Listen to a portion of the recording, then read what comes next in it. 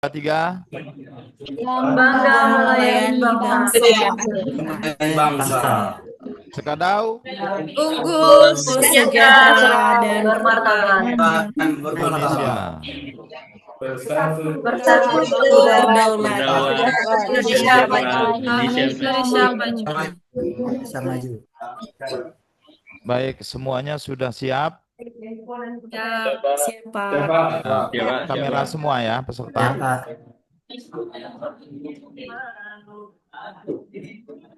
Hari ini saya akan menyampaikan mengenai kebijakan pengembangan sumber daya aparatur dan nilai-nilai dasar aparatur sipil negara.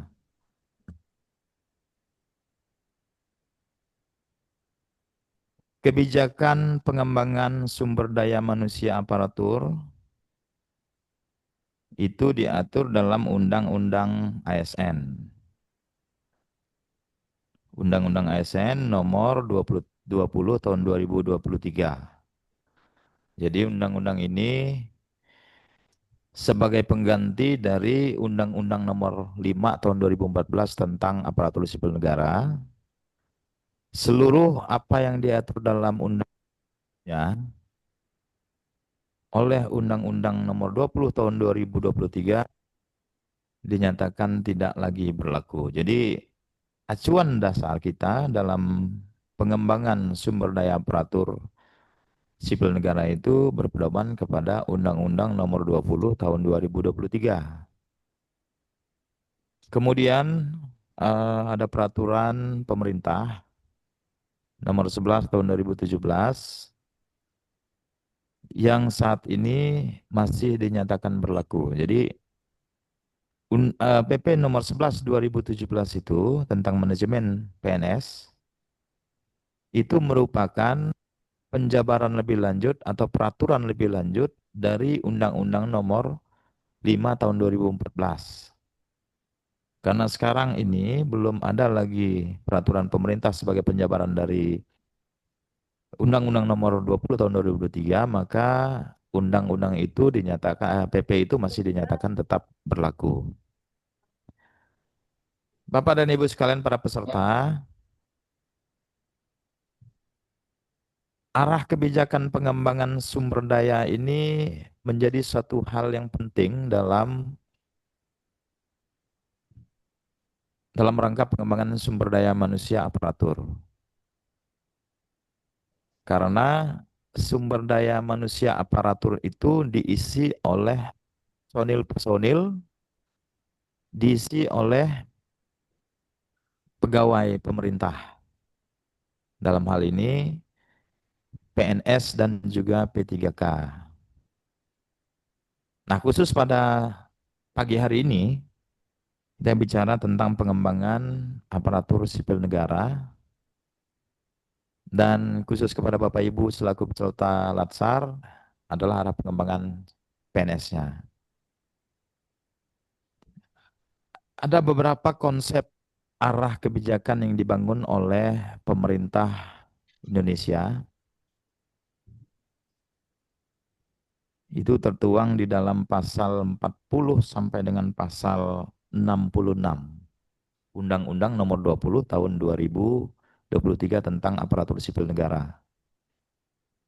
Bapak Ibu, sebagai seorang ASN, wajib hukumnya bagi Bapak Ibu untuk mengetahui undang-undang tentang aparatur sipil negara.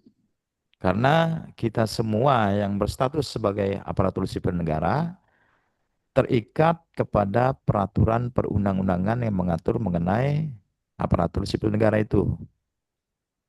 Apa yang menjadi hak kita, apa yang menjadi kewajiban, kemudian bagaimana kita bertindak di dalam tugas fungsi kita, itu semuanya diatur.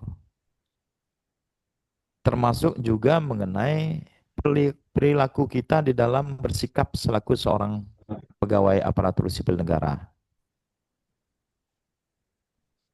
Arah kebijakan pengembangan ini yang pertama, ada transformasi aparatur sipil negara. ASN diarahkan untuk memiliki kinerja tinggi dengan perilaku berorientasi kepada pelayanan, Akuntabel, kemudian kompeten, harmonis, loyal, adaptif, dan kolaboratif yang disingkat dengan berakhlak.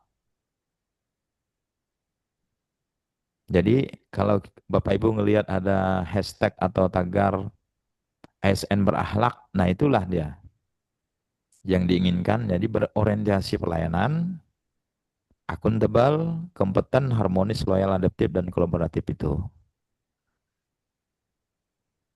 Bapak dan Ibu sebagai peserta ini telah mengikuti seleksi CPNS pada tahun 2024, kemudian lulus, kemudian diangkat menjadi calon pegawai negeri sipil.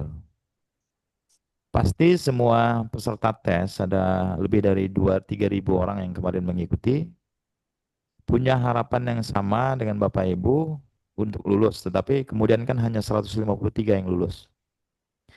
Walaupun sebenarnya formasi lebih daripada itu karena banyak formasi yang tidak, beberapa formasi tidak diisi atau tidak ada pelamarnya. Atau ada yang juga tidak lulus di formasi itu. Nah, stigma yang berkembang di masyarakat kita, orang memandang pegawai negeri ini kalian enak. Setelah menerima SK, bisa saja SK itu digunakan untuk kredit sekolah, kira istilah orang. Itu orang memandangnya. Kemudian, masyarakat umum di sekitar kita ini memandang semua hal mengenai calon pegawai negeri sipil ini enak. Kawan-kawan ketemu dengan kita, dia bilang apa? Kau nyaman sekarang udah jadi pegawai. Betul nggak? Ada seperti itu kan? Mengapa demikian cara pandangnya? Karena dulu di masa sebelum reformasi, kemudian setelah pasca undang-undang tentang ASN itu, orang beranggapan bahwa jadi pegawai itu sesuatu hal yang wah, karena segalanya mudah didapat. Dengan pola kerja, mohon maaf, ada pungli, kemudian ada kegiatan pelayanan yang harus berbayar dan sebagainya, dan itu sering dicolong, sering masuk kocek pribadi, sehingga kemudian orang memandang kita ini enak. Nah, stigma itulah yang menjadi eh, tujuan dari arah kebijakan pertama pemerintah negara kita ini, agar transformasi, ada perubahan perilaku para ASN yang dikehendaki oleh pimpinan negara, yang dikehendaki oleh Menpan RB dan juga dikehendaki oleh Badan Kepegawaian Negara. Setiap instansi wajib untuk menjadi pembina, memimpin transformasi perilaku ASN. Nah, sehingga kita sekarang ini merasakan ya Bapak Ibu, dengan adanya gerakan-gerakan keprihatinan yang terjadi di akhir Agustus kemarin, demo di mana-mana kemudian berujung ada satu tindakan anarkis dari masyarakat yang kemudian mengakibatkan beberapa teman-teman kita sesama ASN itu harus kehilangan nyawa, kemudian mengalami cedera, luka-luka dan sebagainya. Ini karena puncak dari kemarahan rakyat. Yang sebenarnya itu bermula dari anggapan orang bahwa kita ini selalu enak. Setiap hal itu bisa kita tanda kutip, mohon maaf, ini bisa kita lakukan tindakan seenaknya. Melayani bekerja bisa santai, melayani orang dengan santai, tanpa ada target tertentu, itu yang pandangan masyarakat. Nah inilah, oleh sebab itu maka transformasi ASN ini, perilaku kerjanya itu harus melekat di dalam diri kita saat ini.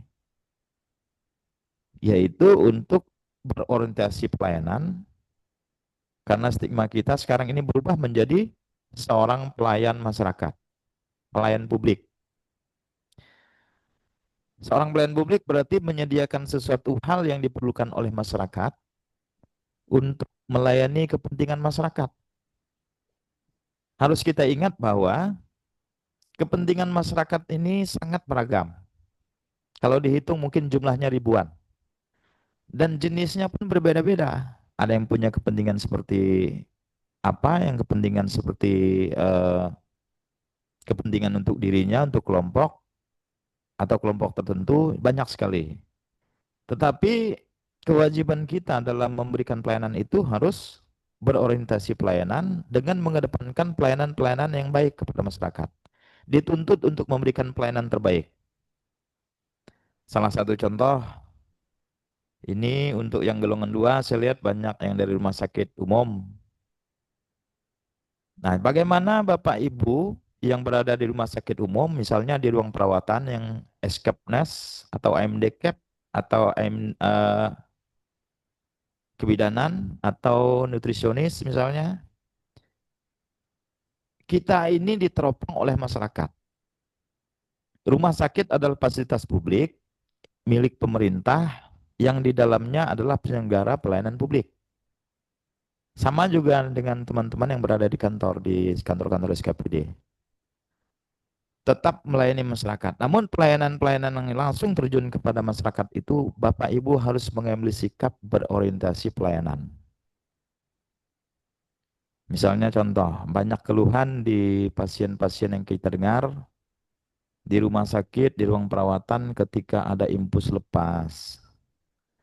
Perawat jaga kemudian diminta untuk memperbaiki infus. Nanti dulu ya Pak, nanti dulu ya Bu kepada penunggu pasien. Nah ini sebenarnya adalah sikap yang tidak berorientasi pelayanan. Saya bisa bicara seperti ini karena pengalaman-pengalaman itu sudah pernah saya dengar. Bahkan pengalaman pribadi ada. Nah, di tengah situasi yang semakin menuntut transformasi ASN secara lebih total, pegawai pemerintah itu, ASN, baik PNS maupun P3K, harus melakukannya dengan baik. Karena masyarakat sekarang kita ini masyarakat yang kritis. Kemudian masyarakat yang sudah masuk kepada fase kedua arah reformasi, itu harus kita ingat. Jadi, dimanapun kita bekerja, harus memiliki orientasi pelayanan yang baik. Pasang air wajah yang baik ketika melayani masyarakat, senyum sedikit, kemudian kita juga harus memiliki kompetensi yang cukup. Terutama kepada Bapak Ibu yang berada di pelayanan langsung kepada masyarakat. Kalau ada misalnya teman-teman Bapak Ibu yang tidak paham cara pasang infus untuk MDCAP atau itu kan kompetensi harus ditingkatkan. Nah, selain itu juga dituntut untuk harmonis. Harmonis ini seperti apa? Ini kalau teman-teman Bapak Ibu satu angkatan atau mungkin seniornya di tempat bertugas itu sedang bekerja secara serius, melayani masyarakat, melayani pasien misalnya kalau rumah sakit, atau melayani pihak lain yang berkonsultasi, tapi kemudian Bapak Ibu scroll TikTok, buka medsos, itu tidak harmonis karena tidak memiliki rasa empati bekerja walaupun memang tugasnya berbeda-beda. Nah ini termasuk tidak harmonis, artinya tidak menunjukkan rasa empati terhadap teman kerja. Berikutnya ada loyal, adaptif. Nah sebagai pegawai baru, adaptasi yang maksimal itu penting Bapak Ibu lakukan. Kalau misalnya Bapak Ibu begitu selesai kuliah, ngelamar di CPNS kemudian lulus, belum memiliki pengalaman bekerja di tempat lain, perlu melakukan adaptasi yang maksimal. Jadi adaptasi itu harus peka terhadap di mana kita berada, seperti itu. Harus peka terhadap di mana lingkungan kerja kita berada. Jadi adaptasi ini penting, bagaimana menghargai atasan, menghormati atasan, bagaimana Bapak Ibu bekerja dengan teman sejawat, baik yang setara maupun memiliki jabatan sama fungsional atau pelaksana, tetapi dia adalah senior kita di kantor, tetap harus dihargai. Sebagai orang yang pertama kali datang di kantor, atau katakan sebagai orang yang baru pertama kali baru-baru sampai di kantor, janganlah kita menunjukkan sikap lebih tahu dari segala mereka yang sudah berada lama di kantor. Meskipun mungkin pengetahuan perlu saling menambah dan sebagainya, tetapi tetap harus menunjukkan sikap adaptif yang tinggi. Kemudian ditambah juga dengan kolaboratif penting. Pekerjaan dimanapun memiliki kerjasama yang penting. Kalau di sini kita bekerja sebagai seorang petani, misalnya Bapak Ibu kita atau teman-teman kita di kampung, di daerah perkebunan, mereka memiliki kerjasama yang baik. Yang di daerah perkebunan pernah mengalami atau melihat ada TBS, tandan buah sawit segar itu yang sampai beratnya 60 kilogram per satu TBS. Kalau satu orang pasti tidak mampu ngangkatnya, tapi ada saling kolaborasi tanpa diperintah. Rojok ditusuk kemudian angkat sama-sama ke apa namanya ke pickup. Itu kerjasama kolaboratif. Nah, kerjasama ini penting di dalam Bapak Ibu bekerja. Karena tidak ada satupun orang yang tidak memerlukan orang lain. Kalau saat ini misalnya Bapak Ibu bekerja sebagai seorang yang tahu segalanya, menganggap diri tahu segalanya, ada satu saat nanti Bapak Ibu juga perlu orang lain. Nah, oleh sebab itu kolaborasi ini penting. Sebagai makhluk sosial harus memiliki tingkat kerjasama yang tidak pernah terlepas. Sebagai contoh begini, kita bisa bergaya dengan HP mahal, punya iPhone harga 15 juta, 20 juta.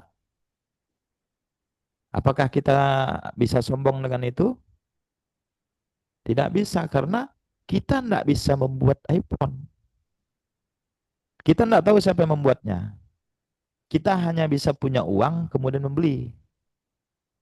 Ada yang kita bisa sombongkan dari itu? Tidak ada. Kendaraan yang kita miliki itu bukan merupakan hal yang bisa kita banggakan. Punya mobil, punya kendaraan bermotor, punya apa namanya sepeda motor yang 250 cc apa namanya itu. Yang buatnya orang lain, pabrik. Pernahkah kita meminta itu kepada mereka? Tidak.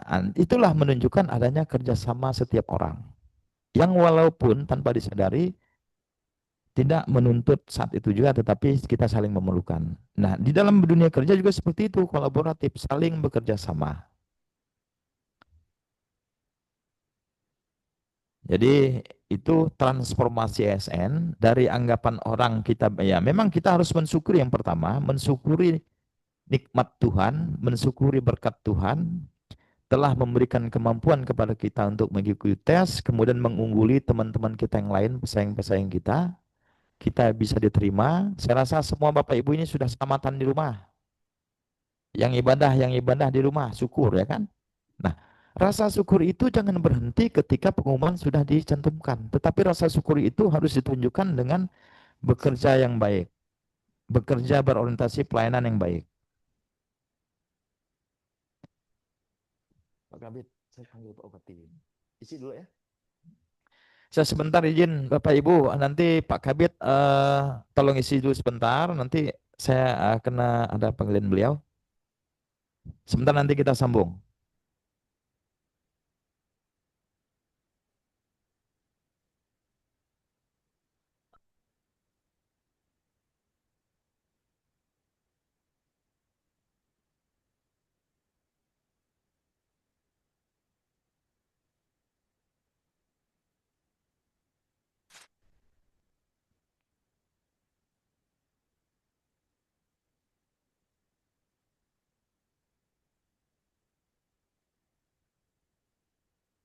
Baik, rekan-rekan sekalian, berhubung Pak Kaban kami ya ada keperluan mendesak. Untuk itu kita lanjut materi beliau. Eh, nih di arah kebijakan pengembangan SDM aparatur menurut Undang-Undang Nomor 20 Tahun 2023 kita ada dua gitu ya, dua arah kebijakannya. Yang pertama adalah transformasi ASN yang berkinerja tinggi. Nah, ini berkinerja tinggi ini selalu berkonotasi dengan apa namanya itu yang akronimnya berakhlak ya, berakhlak. Terus dilanjutkan dengan pengembangan kompetensi yang berbudaya. Integritas menjadi bagian penting daripada eh, em, apa namanya itu kontribusi ASN di dalam menciptakan hasil kerja yang tinggi. Selanjutnya adalah percepatan pengembangan kompetensi ASN. Nah, undang-undang ini juga merupakan bagian daripada hak ASN, gitu ya.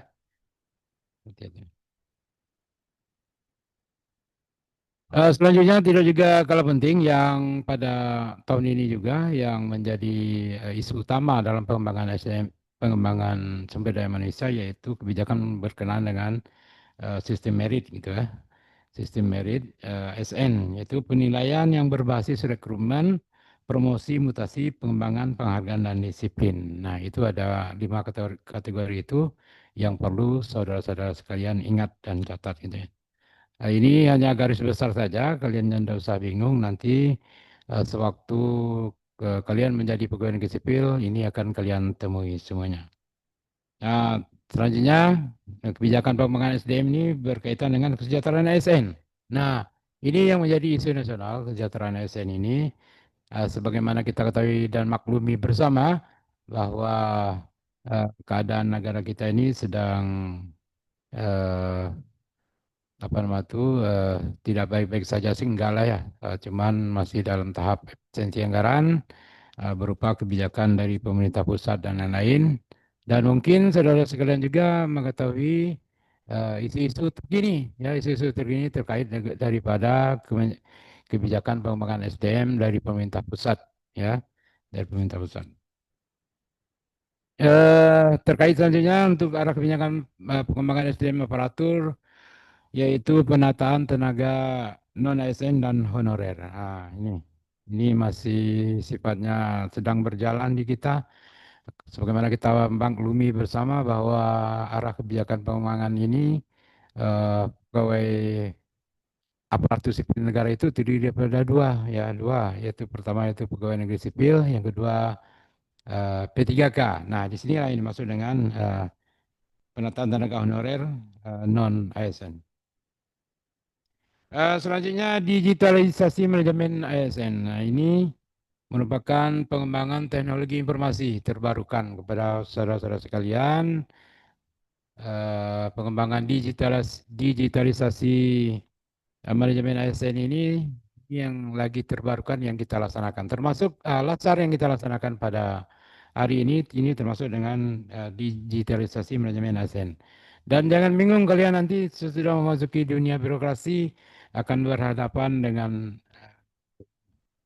yang namanya ya apa namanya itu teknologi informasi yang bersifat semuanya bersistem gitu ya, sistem informasi semuanya. Selanjutnya adalah penguatan integritas, profesionalisme dan pelayanan publik. Nah, ini merupakan ya, konsekuensi kita sebagai aparatur sipil negara. Dan sebagaimana kita maklumi bersama bahwa kita sebagai aparatur sipil negara ini bernaung dan berwadah di Korpri ya, Korpri. Kop Pegawai Republik Indonesia, di sana kita bernaung sebagai wadah organisasi pegawai negeri sipil, di mana seluruh suara-suara kita akan kita suarakan di wadah Kop Pegawai Negeri Sipil tersebut ya. Ini yang selanjutnya adalah nilai-nilai dasar ASN berdasarkan Undang 20 tahun 2023 ini. Nah, ini terus diulang-ulang lagi ya, yaitu berakhlak, yaitu berorientasi pelayanan, akuntabel, kompeten, harmonis, loyal, adaptif, dan kolaboratif.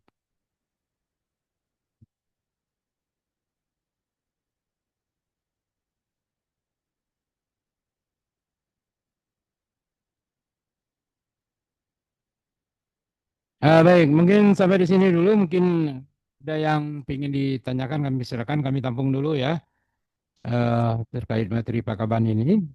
Kalau ingin ditanyakan, kami persilakan, akan kami catat. Nah, nanti kalau beliau masuk akan kami sampaikan. Kira-kira ada?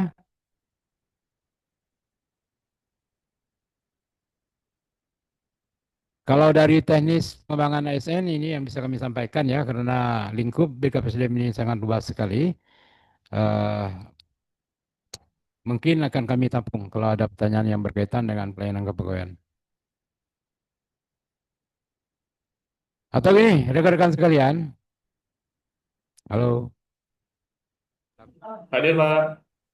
Baik, Pak. mungkin kami fokuskan saja sesuai dengan tusi kami di pengembangan ASN, bahwa nanti di pengembangan ASN kalian nanti berhadapan dengan istilahnya tugas belajar dan tugas belajar gitu ya, pengembangan kompetensi. Nah, nanti sesuai dengan syarat ketentuan berlaku, kalian pertama itu syaratnya adalah pegawai negeri sipil dulu ya, pegawai negeri sipil. Syarat untuk pendidikan tugas belajar itu sangat lumayan ribet, lumayan banyak gitu ya, asal kesesuaian jenjang pendidikan kalian semua. Kalian boleh boleh S2 asal kesesuaian jenjang pendidikan dia apa namanya itu connect gitu ya, apa namanya itu sinergis dengan program pendidikan yang ada. Dan selanjutnya tidak kalah penting juga harus ada anjab ABK, ya. Misalnya saudara rekan kami Eka, dia pendidikannya sarjana administrasi publik. Kalau dia mengambil sarjana manajemen itu untuk S2-nya agak kurang connect gitu ya. Harus cari yang magister akademi publik. Nah, seperti itulah kira-kira gambaran di dalam peningkatan kompetensi melalui tugas belajar ya. Tugas belajar. Selain tugas belajar yang diampu di bidang pengembangan SN termasuk pendidikan dan pelatihan yang saudara-saudara temui pada saat ini ya, terdiri daripada pelatihan dasar dan juga nanti kalau kalian menjadi pejabat, tuh calon pejabatnya Pak Pandi Wijaya tuh calon pejabatnya, ketua angkatan ya. Amin, Pak. Ya, amin. Nanti kalau kalian sudah menduduki jabatan selevel eselon 4 di tataran Kasih, Kasubag, dan lain sebagainya, itu wajib mengikuti pelatihan kepemimpinan namanya ya, pelatihan kepemimpinan. Kalau di tingkat 4 itu, di jajaran eselon 4 namanya pelatihan kepemimpinan pengawas. Pelatihan kepemimpinan pengawas ya. Dan apabila saudara-saudara menaik lagi jenjang jabatannya menjadi Kabid, Kabak, eselon 3, maka jenjang pelatihan yang akan diikuti yaitu jenjang pelatihan kepemimpinan administrator. Dan apabila sampai ke puncaknya, yaitu pada eselon 2, itu akan saudara-saudara ikuti yaitu mata pelatihan kepemimpinan nasional. Tingkat 2. Selain itu di pengembangan SN kita untuk pelatihan Sekadaus, nah juga berkaitan dengan ujian dinas. Nah, ujian dinas nanti akan saudara-saudara temui ini. Nanti kalian ini kan rata-rata golongan 3 semua ini ya, golongan 3A. Apabila kalian telah mendapat atau belum ke eselon 3 ya, ke eselon 3, pas di eselon 3-nya, baik 3A, 3B, selevel kabit, kabak, tetapi belum mengikuti di Klapim, kalian wajib mengikuti ujian dinas untuk sampai ke pangkat pembina, seperti itu ya. Untuk itu, tolong dicatat apa-apa yang telah disampaikan pada pemateri ini. Baik, rekan-rekan sekalian, saya rasa untuk pengembangan kompetensi ini dari kami sekedar untuk menambal sulam daripada Pak Kaban kami ini ya. Saya rasa cukup ya, nanti kita lebih fokus kepada pelatihan dasar ini. Seperti itu. Kalau ada pertanyaan kami persilakan.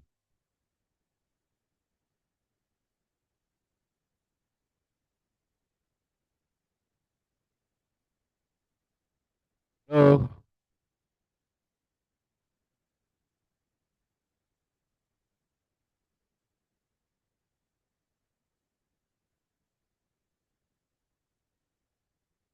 Waktu menunjukkan pukul 11.14 menit ya.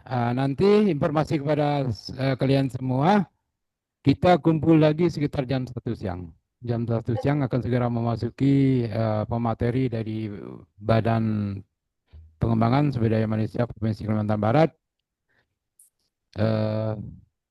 di materi dinamika kelompok. Siapa yang enggak muncul di Zoom ini? Bung siapa? Peno, muncul Peno. Dam, fotokan Dam. Ini fatal nih ya kalau enggak muncul ya. Pak, laptop saya bermasalah, jadi ini gabung dulu. Enggak, si Peno Mahendra gabung enggak dia? Di belakang kayaknya Pak. Ke belakang ya. Kalau ke belakang sebenarnya izin ya, izin ya. Oh, tuh kan. Nah, Peno kemana kamu Peno? Ada, Pak. Ke Kameranya putus belakang. ya? Enggak, belakang, Pak. Kameranya Ya. putus. Ini, Pak, Pak. Baik ya rekan-rekan sekalian, kami himbau ya dengan hormat nih, dan dengan hormat dan akan menjadi catatan bagi kami ya. Barusan kami mendapat arahan instruksi dari pimpinan yang lebih tinggi terkait sistem mekanisme daring ini. Kalian tidak ada ampunnya, segera kalau pembelajaran sedang berlangsung ya, wajib nongol di Zoom ya, wajib nongol wajahnya di Zoom. Kalaupun mau ke belakang minum apa tuh, izin permisi gitu ya, seperti itu. Karena di balik layar ini, beberapa orang pendamping dari kami mencatat kejadian apa yang berlangsung dan bukti dokumentasinya juga ada ya. Ini kalian mengikuti Zoom ya, apalagi tidak sama sekali. Mungkin yang selanjutnya akan kami apa nama tuh ingatkan untuk absen sore juga diingatkan ketua angkatan dan ketua kelompoknya. Untuk Baik, Pak. materi jam 1 nanti dinamika kelompok, segera persiapkan apa nama tuh presentasi video bagaimana WI yang perintahkan sesuai dengan per kelompok ya, disiapkan. Tentukan nanti siapa yang akan mempresentasikan videonya. Serserin maksud saya tuh per kelompoknya ya. Oh, Seperti itu. dipresentasikan.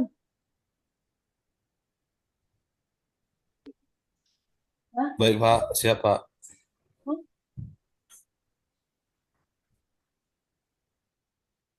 Izin Pak Kabit. Silakan, silakan. Boleh yel enggak, Pak? Nggak, banyak yang ngantuk kayaknya, Pak. Boleh, boleh. Silakan. Siapa mau mandu nih? Saya kata Bung Mandi. Permisi, Pak. Mandi aja Pak, mandi aja Pak. Kalau Pandi boleh. Atau saya saja lah ya. Boleh juga Pak, boleh Pak. Ya, Oke, silakan. supaya nggak ngantuk. Nanti masuk pemateri UAI Insi juga seperti itu ya. Oke, selamat pagi. Pagi. Pagi. Itu baru udah kuat nih. Selamat pagi. Pagi. Apa kabar? Luar biasa. Tetap semangat. Besar golongan kita.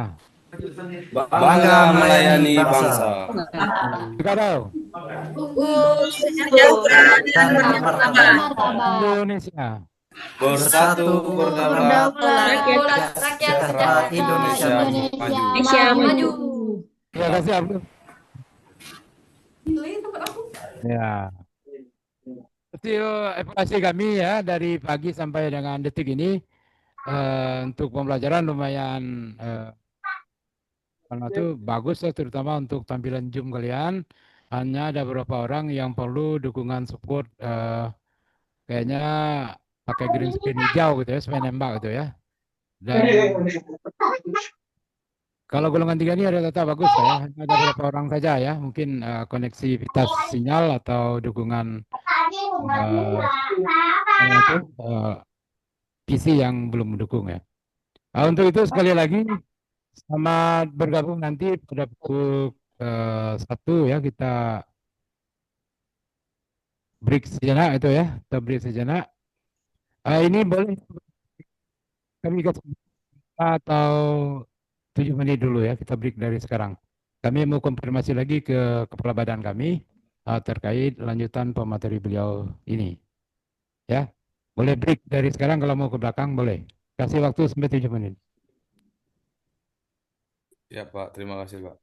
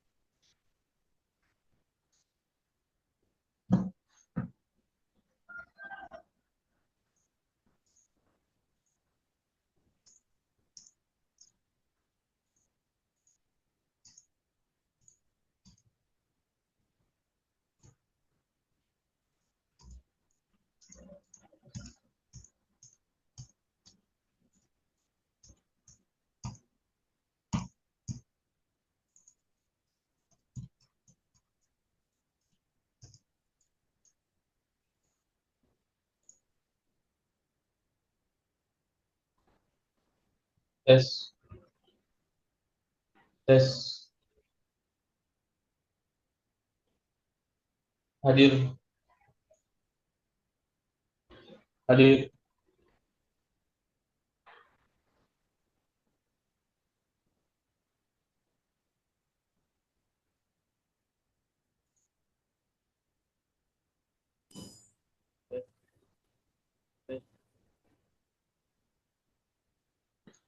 Tes, tes. Hadir,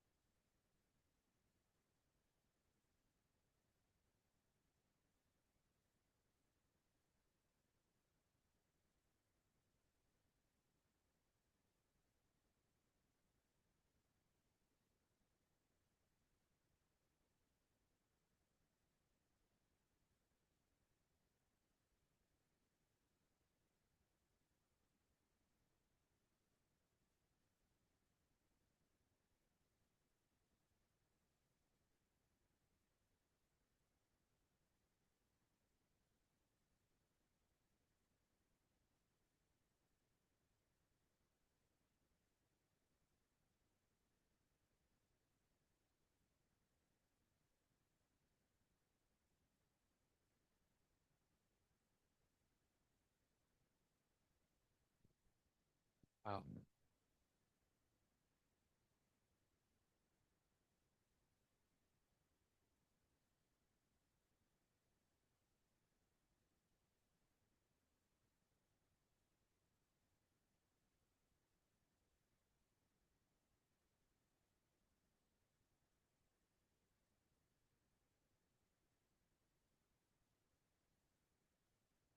Tes 1 2. Baik rekan-rekan sekalian, mohon tampil semua, aktif semua.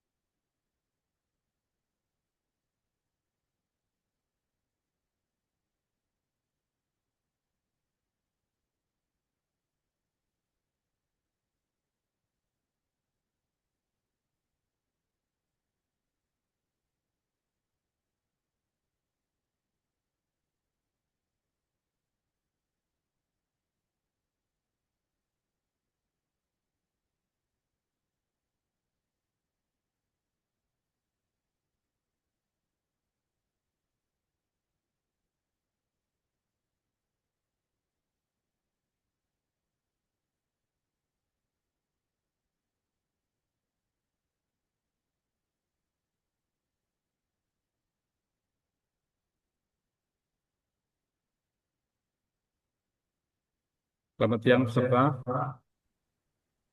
Selamat siang para peserta. Siang, Bang. Jelas. Siang, Pak. Bagaimana? Yang Pak. Yang Pak. Siang, Pak. Jelas nggak suara saya? Mantul, Pak, suaranya. Jelas, Pak. Jelas, Pak. Bergema. Bang Rian, mungkin boleh matikan dulu apa nama speakernya. Oh ya Kak, dimutkan dulu TV-nya yang ini.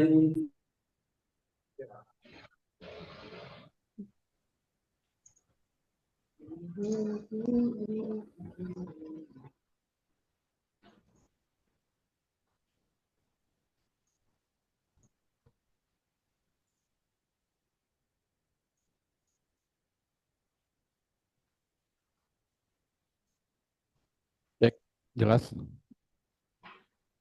Jelas, Bang. Jelas, Pak. Oke. Jelas, Pak. Jelas, Pak. Jadi Kak, untuk materi ini kita akhiri sampai sini saja karena ada hal mendesak yang perlu Pak Kaban urus. Dan nanti dilanjutkan pada pukul 1 siang materi pembelajaran dinamika kelompok. Materinya sudah bisa di-download di LMS. Kalaupun belum ada, nanti akan di-share kembali. Dan untuk materi MTSL Izin dan Pak Adam, tuh lagi ngomong Pak. Mic-nya soalnya ndak hidup. tapi kedengaran enggak suara saya? Kedengaran, Pak. Ya, yang penting Kedengaran, terdengar. kedengaran. Karena saya sini gabung dengan 2 kamera. Ya, kedengaran, Bang. Ya. Bang Yosep, terdengar suara? Lanjut, Dam. Sebelum kita akhiri, Dam. Jadi untuk pembelajaran dari Pak Wakil tadi, yaitu MTSL, dan Pak Kaban Kebijakan Pengembangan SDM Operator, nanti kalian buatkan ringkasan tulis tangan semenarik mungkin dan ditulis di kertas folio bergaris pada hari kapan Pak Kabit mau dikumpulkan? Besok juga boleh. Nah, besok dikumpulkan sampai ya besok juga boleh. Di upload di sistem LMS yang nanti akan saya siapkan. Kalian boleh cek lagi di websitenya. Size masnya 60 MB, tapi saya rasa tidak akan sampai setinggi itu. Jadi setelah ditulis, di-upload, diubah dengan format PDF. Ya, itu aja untuk tugas dari kami pada hari ini. Nanti tugas dari WI juga akan persiapkan dengan baik, seperti yang telah diminta. Ada tambahan Pak Kabit? Baik, rekan sekalian, selamat siang. Selamat siang. Ya, mudah-mudahan masih sehat. Masih Pak, masih Pak. Masih. Tadi materi wakil dan materi dari Pak Kaban yang walaupun tidak sepenuhnya sampai akhir ya, tetapi pada itu materinya sudah kami masukkan di LMS. Silakan saudara buat resume pembelajaran ringkas, padat, jelas ya. Pada kertas folio bergaris sebagaimana rekan ASDM Adam kasih instruksi tadi ya kan, dan di-upload nanti di LMS juga ya, di-upload di LMS juga. Dicatat di atas namanya, di atas nama ya, nama terus kelompok ya, kelompok angkatan, terus ringkasan materi apa gitu ya. Misalnya ringkasan materi MTSL Wakil Bupati Sekadau ya, silakan. Saudara-saudara ingat apa-apa yang pesan oleh Pak Wakil tadi maupun yang ada di materi, silakan diringkas materinya, ringkas, padat, jelas, dan semenarik mungkin, kata Adam. Dan akan menjadi penilaian kami untuk di selanjutnya ya, selanjutnya di evaluasi akademik akan kami nilai, kami rangkum semua tugas-tugas saudara sekalian, lumayanlah untuk membantu daripada penilaian nantinya untuk kelulusan saudara-saudara sekalian. Nah, juga di materi kapan kami kebijakan pengembangan SDM dan nilai dasar ASN. Seperti itu. Tidak semuanya? Jelas, Pak. Oke, Izin kalau bertanya, Pak. ya. Gimana? Ada yang enggak? Iya, Pak. Izin bertanya, Pak. Boleh, silakan. Untuk tugasnya ini, apakah dibikin dalam satu kertas, satu file maksudnya, atau dipisah-pisah? Misalnya resum dari Pak Wakil, terus dipisah lagi resum dari Pak Radius gitu Pak. Digabung juga boleh. Tapi materinya Digabung. gitu. Oke? Halo? Oke Pak, ya Pak. Kalau oke, sip ya. Sip,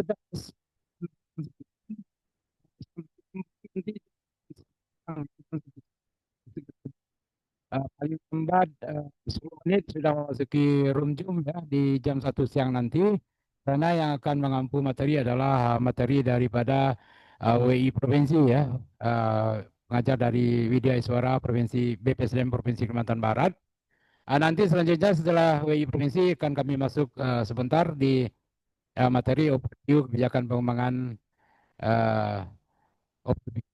kebijakan diklat gitu ya. Nanti materi itu kita ngobrol santai saja. Dan kemungkinan kami juga informasikan bahwa mungkin siapa tahu nanti Pak Kaban kami merasa materi beliau ini belum tuntas. Nanti kita kondisikanlah sore nanti, lihat bagaimana keadaannya. Dan akan kami informasikan lebih lanjut. Oke? Halo? Halo? Oke Pak. Baik, Pak. Ya, oke. Terima kasih. Baik, Pak.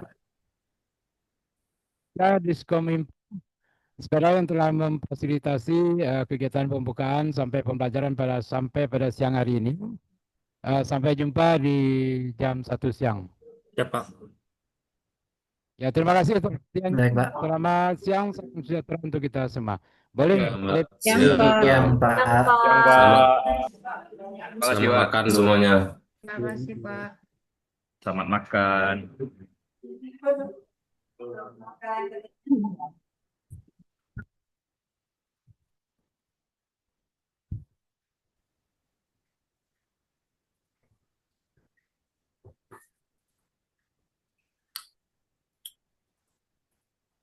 Halo, halo, halo.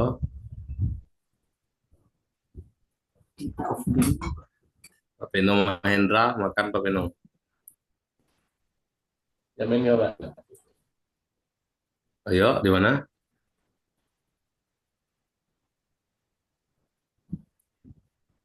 Di mana?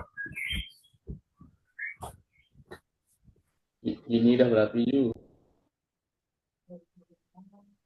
Dekat Gunung Merapi.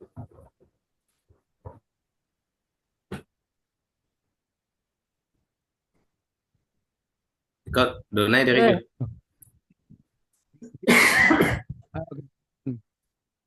Andi, Ya, Pak. kan untuk melanjut sedikit materi daripada Kepala Badan kami, akan kita sambung pembelajaran dinamika